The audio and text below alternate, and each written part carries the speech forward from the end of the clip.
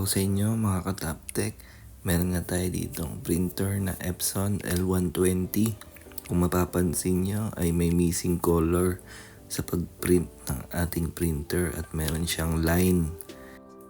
Madali lang naman linisin itong printer na Epson L120. Make sure lang na downloaded ang driver ng iyong printer.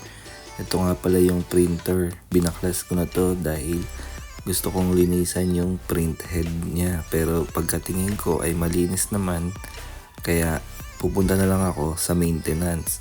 Punta lang ng control panel, devices and printers, then click mo yung printer na naka-install sa iyong computer or laptop.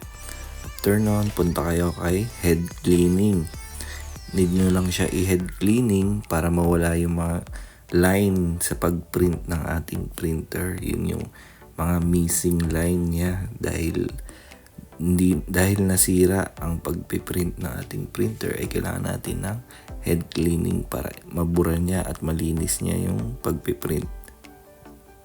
Wait lang natin mga ka-Toptech na matapos.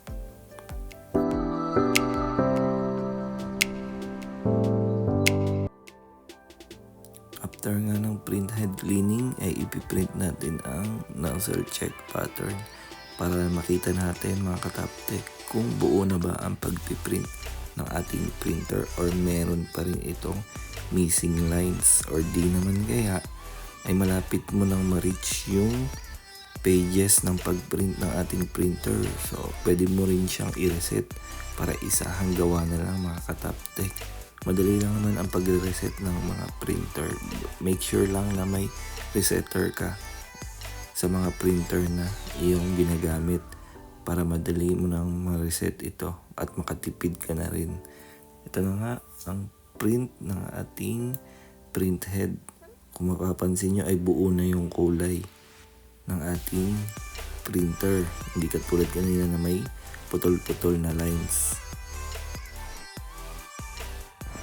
After nga natin ma-print yung nozzle check pattern na ating printer ay ipiprint na ulit natin yung pinrint natin kanina.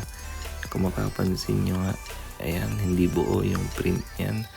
At ito, after natin ma-print head align ay ma-head cleaning, ay ganito na ang kanyang print. Naka-normal lang itong print na ito mga ka-Toptech. Hindi siya naka-best quality. Kasi pag naka-best ang quality, dapat ang piniprint mo ay mga image or mga pictures. Yun yung maganda kapag magpiprint ka sa iyong mga printer, para naman maganda yung kuha or yung itsura ng tao doon sa iyong pinrint. Ayun lang mga ka-Toptech. Okay na yung pagprint ng ating printer. Sana ay may natutunan kayo sa ating video. Huwag nyo na rin kakalimutan mag-subscribe, i-like, at i-click ang notification bell para sa susunod pang mga video. Maraming salamat mga ka-Toptech.